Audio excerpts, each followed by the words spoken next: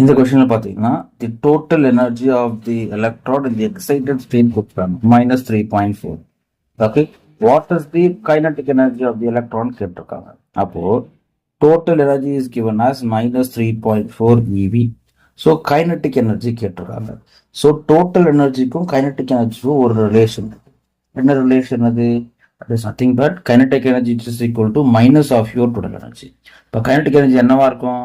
It is nothing but plus 3.4 electron volt. Okay, joules EV and mention பண்ணல, so we can keep it in EV itself, no problem. அதே மாதிரி potential energy என்னன்னு கேட்டிருக்காங்க. அதுக்கும் நமக்கு ஒரு ரிலேஷன் இருக்கு. என்னது?